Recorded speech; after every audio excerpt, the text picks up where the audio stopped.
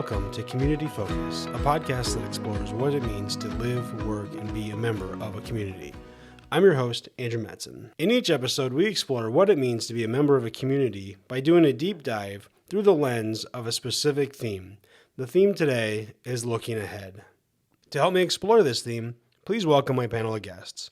My first guest is Lauren Kimball, a United Way of the Midlands staff member from our Community Impact and Analytics team, who has been an integral member of the Cert Process for many years. My next two guests are both community volunteers, Kay Doyle and Marcos Hernandez. Kay has been a part of the Cert Process through several funding cycles and now leads the Cert team. And Marcos is new to our Cert Process, but is not new to grant funding. Both bring their own unique points of view that we welcome to the Cert Process. My first question is for you, Lauren. I mentioned the Cert Process multiple times in our intro, but what is Cert? So CERT stands for the Community Investment Review Teams, and it's the process by which United Way invests millions of dollars into our community. So essentially, CERT volunteer teams review applications that come in from area programs to understand the impact that these programs are making in the community and being responsive to community needs. So it's essentially our process for investment. And who is it that sits on these CERT committees? So CERT teams are made up of a diverse group of volunteers from across the community representing different geographies. We also pull subject matter experts with experience in different categories of funding, whether it be folks that have, prior teachers, right, that are aware of education interventions, prior healthcare professionals, right, that can speak to some of those interventions, as well as folks that are currently giving to United Way. So some of our donors are invested in that process, as well as government folks, government officials who can help us understand some of the policies that may be driving some of this work. Why is it important to have community volunteers serve as committee members? The CERT process is really about neighbors helping neighbors. And so I think the volunteers really add that element of oversight. They add that element of being community driven and making sure that we are being responsive to community needs. Speaking of volunteers, Kay, how did you become a part of the CERT process? I think that I was just looking for a way to volunteer and had participated in board development through United Way. And so I was just looking for another opportunity to get involved in the community. And so found the Cert process, thought it was really interesting, and just thought it was a great way to learn about the community, volunteer in a way that leveraged what I could do well, which is some level of analysis and conversation in the community. So what does the CERT process look like for a volunteer? The process actually is so rewarding in terms of it's a very systematic way to learn about the different agencies in our community, the programs that they're doing, the impact that they hope to have, their target audience. And so it's an awareness. It's a little bit like reading the news. So I get to really understand some of the critical things that are happening in our community and those needs. And then you get to hang out with a bunch of other people within our community that have different perspectives. We come together and we discuss our various perspectives on the impact that these programs can have. It's a lot of fun to do that and to have just intelligent conversation around what is happening in the greater Omaha area and Council Bluffs. Marcos, what are you hoping to get out of your time with the CERT process? Well, number one, get some insight from the community leaders and even community volunteers that are part of the group, so that as they go through their review, I think it'll be a learning opportunity for me. So just being a part of that, I think, will be extremely beneficial for me to get. So, Kay, what makes CERT so special in your mind?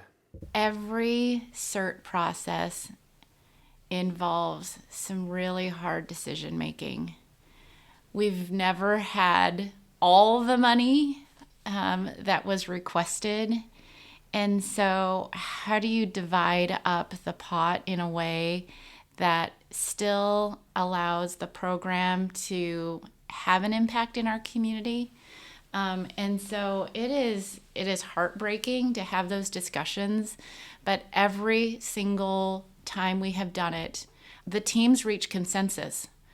And it is just a really great feeling to have had all that discussion and to land on a recommendation. I mean, I've never not felt good walking out of that final meeting about the decisions that were made by the group. And so that is tremendously rewarding. And then you leave that whole process that much more aware of what's happening in our community, the needs that are out there. And I just think it makes us better citizens. So, Kay, what is the time commitment for a CERT team volunteer? The time commitment is actually really appealing. So there's essentially 2 meetings where the team is actually gathering for, one, a discussion about all of the proposals that we've read and scored. And then the second meeting is to make that recommendation of the distribution of funding. But all of the other work is done on your own time. So you have about 2 to 3 weeks to review the grants and score them. And the way that they are scored is using a rubric so that it's fair. And really that first meeting with your team is to make sure that we are calibrating amongst each other in the way that we have scored. So it's a lot of personal time that is kind of on your own, which I really liked. And so, I work full time during the week, your typical hours. And so I was able to just read the proposals on the weekend and score them on the weekend. And then really it was just 2 time commitments that were during the day for me. And so that really worked out. And I loved that. As a donor and a volunteer, what value do you feel the CERT process brings to the equation? From the donor perspective, I'm not sure that people are really aware of how the Community Care Fund gets distributed. And I think that if they understood that it's community volunteers evaluating and reviewing all of the proposals and making recommendations to the United Way board, I think that there would be more engagement and more appreciation for what that Community Care Fund, what it does and who it supports. I know before I was involved in CERT, I had my pet programs and agencies that I always donated to, and we used to designate our giving. Now that I understand what goes into the allocation of the Community Care Fund, I just really believe that is so important, and that people should feel comfortable that their money is going towards programs that they may not have even heard about, but they're being evaluated for impact, and so they are absolutely as impactful and super important as some of these bigger programs that we hear about or see billboards on, or have big fundraisers every year. I think donors, one of the most compelling reasons why donors give to United Way is because of the community investment review team process. They want to know that their dollars are being decided on how to invest by other members of their community. They trust the due diligence that's happening in those meetings, and they trust the follow-up and monitoring that's happening. And so I think a lot of donors tell us that that's the reason why they give, and that's the reason why they trust United Way with their time and their treasure, because they know that we're gonna make the best use out of their funds. And by having a collective decision-making process, we're actually magnifying the impact of those funds, because more people are able to make sure that there's an efficiency. It just actually amplifies the impact that's able to happen, because folks are able to discern the right ways to invest and make sure that we're not duplicating efforts or just being responsible stewards. What is it about the CERT process that finds you signing up again and again? The CERT process overall is so rewarding. It has been so rewarding to me as a volunteer. I think I've been doing this for almost 10 years. I love it. I love the people that I've met. I love the knowledge that I've gained. And I would encourage anyone who is just looking for a way to be more aware of what's happening in our community, It's a great way to get involved. And if you like reading and analysis, this just might be the perfect volunteer opportunity for you. I know it was for me. I was looking for more of a thinking kind of way that I can volunteer, and this is absolutely the right choice for me. And what is the next step after CERT teams are done with the review phase of the application process? So the CERT teams, the volunteer teams, will be making investment recommendations to the board of directors in June, and funding will begin July 1st, 2022, for 2 years. So they'll be funded through 2024. And I want to highlight that because this multi-year investment cycle is really a best practice within the philanthropic sector.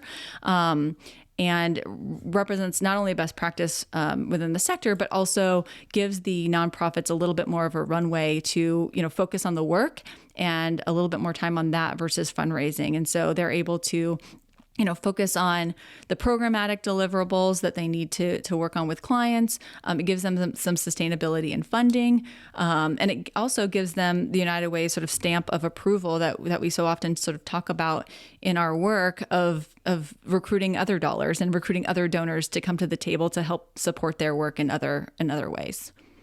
So, Lauren, over the last few years, we've been dealing with a global pandemic, and prior to that, we had flooding in 2019. Have you seen an increase in funding requests through the CERT process? Yeah, so we are experiencing a surge in demand in a lot of different categories, housing, food security. Folks are still struggling to make ends meet. And we know that the economic recovery is going to look different for different populations. And so we're trying to be responsive to that wave, and know that some things are going to be immediate needs right now. And later on, we may need to focus on other phases. So for instance, last year we did multiple phases of investment. In the first phase, we focused on primarily basic needs.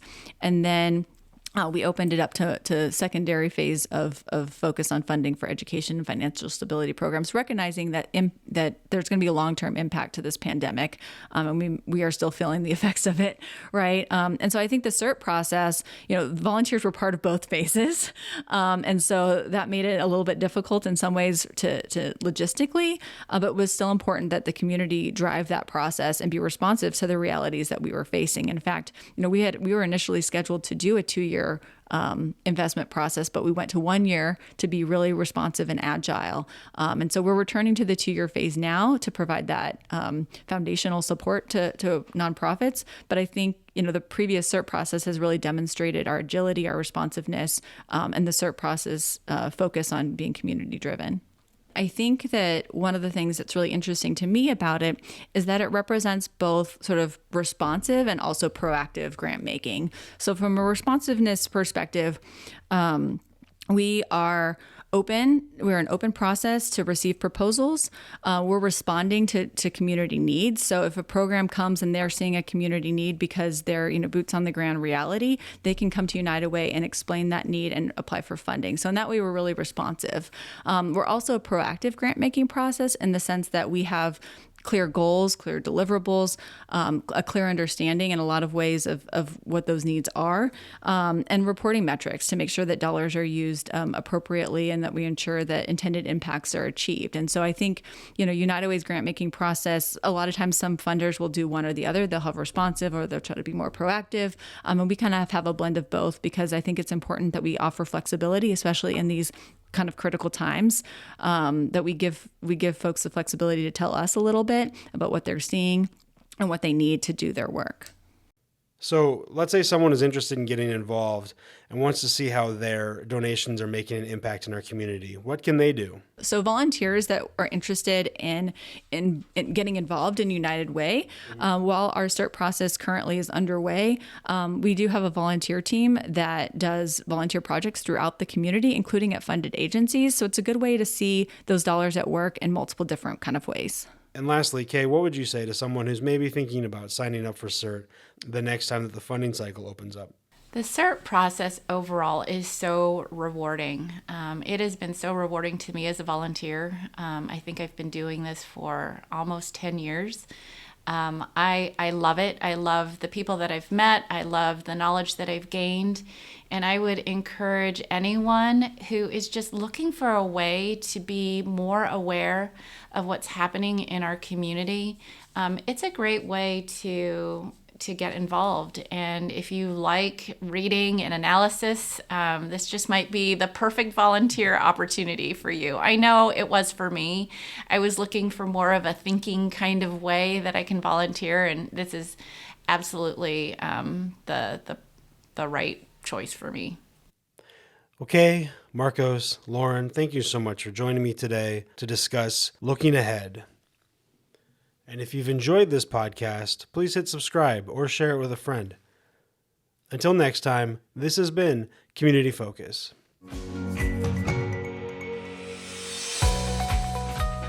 Community Focus is produced by United Way of the Midlands, researched and edited by me, Andrew Matson, with additional research by Carmen Steele.